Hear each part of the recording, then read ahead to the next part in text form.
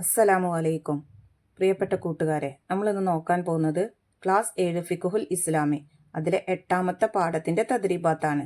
8ാമത്തെ പാഠത്തിലെ തദ്രീബാത്തിലെ 1ാമത്തെ പ്രവർത്തനം നോക്കൂ. മാതാ തക്കൂൾ.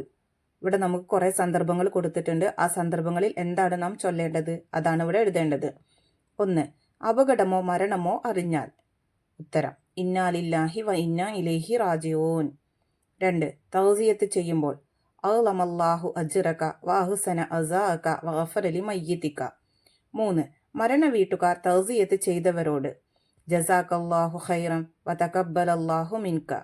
4. മക്ബറയിലെത്തിയാൽ അസ്സലാമു അലൈക്കും ദാറ ഖൗമി മുഅ്മിനീന വ ഇന്നാ ഇൻഷാ അല്ലാഹു ബിക്കും ലാഹിഖൂൻ.